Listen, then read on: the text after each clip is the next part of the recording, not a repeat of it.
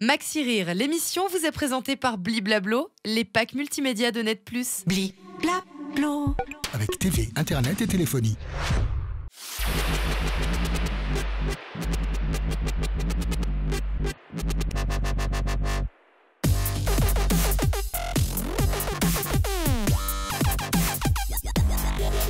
Avant de venir ce soir, Champéry, vous m'avez passé un message important. Oui, vous m'avez passé un message important. Vous m'avez dit la chose suivante. Vous m'avez dit, non mais tu sais Arnaud, rire, c'est plus de ça qu'on a envie nous maintenant.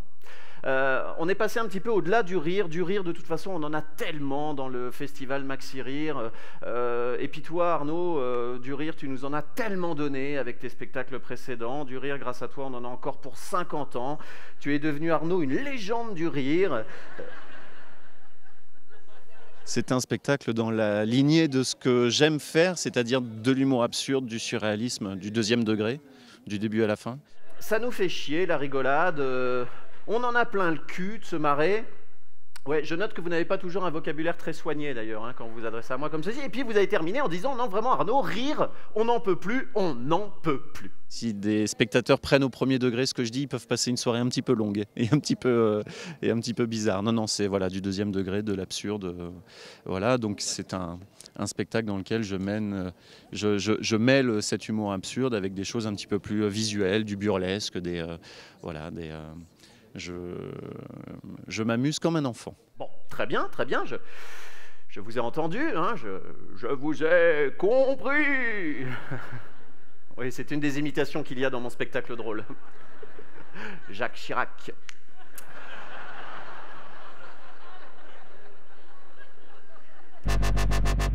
Pendant un peu plus d'une heure, je vais vous raconter où, quand, comment et peut-être même pourquoi le rock'n'roll a débarqué dans les chaumières de nos parents, grands-parents, arrière-grands-parents, s'il y a des enfants à la salle, mais j'ai pas l'impression.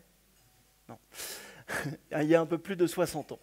Et pour bien parler du rock'n'roll, eh bien, on ne peut pas ne pas parler du blues. C'est donc par le blues que je vais débuter. Je vous souhaite à toutes et à tous la bienvenue dans mon salon. Je ne fais pas de massage. Have you ever been walking down a lonesome road? Comme ma spécialité c'est le rock, je me suis mis à écrire l'histoire du rock. Alors, au départ, je voulais faire toute l'histoire du rock, mais en 1h15, 1h30, c'est un petit peu ardu, parce qu'il fallait faire une grosse sélection. Du coup, je me suis dit que j'allais commencer par le blues. Donc je commence avec le blues des années 20, 30, même fin du 19e siècle. Et je vais jusqu'à la naissance du rock'n'roll avec Elvis, Chuck Berry, Eddie Cochran, Gene Vincent et tous ces gars-là. À cette époque, Robert s'appelle encore Robert Spencer, du nom de son premier papa adoptif. Mais lorsqu'il emménage chez Willie Willis, eh bien, il prend le nom de... Non, Johnson. Je n'ai pas dit que ce serait facile. Non, Johnson, parce que c'est à cette époque qu'il apprend l'existence de son vrai papa, celui qui a mis la petite graine à sa maman, Julia Dodds, quelques années auparavant. Mais on ne sait pas trop quand, ni où, ni à quelle heure d'ailleurs. Il décide donc de s'appeler Johnson, logique.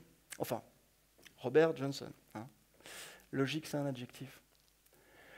Notez qu'il aurait pu s'appeler Johnson aussi, mais il aurait probablement fait des shampoings. C'est pas de la parodie. Par contre, il y a de l'humour, apparemment, puisque je figure à l'affiche du Maxi Rire. Donc les gens rigolent bien, quand même. Mais c'est que des histoires vraies. Et puis les titres que je joue sont les titres originaux.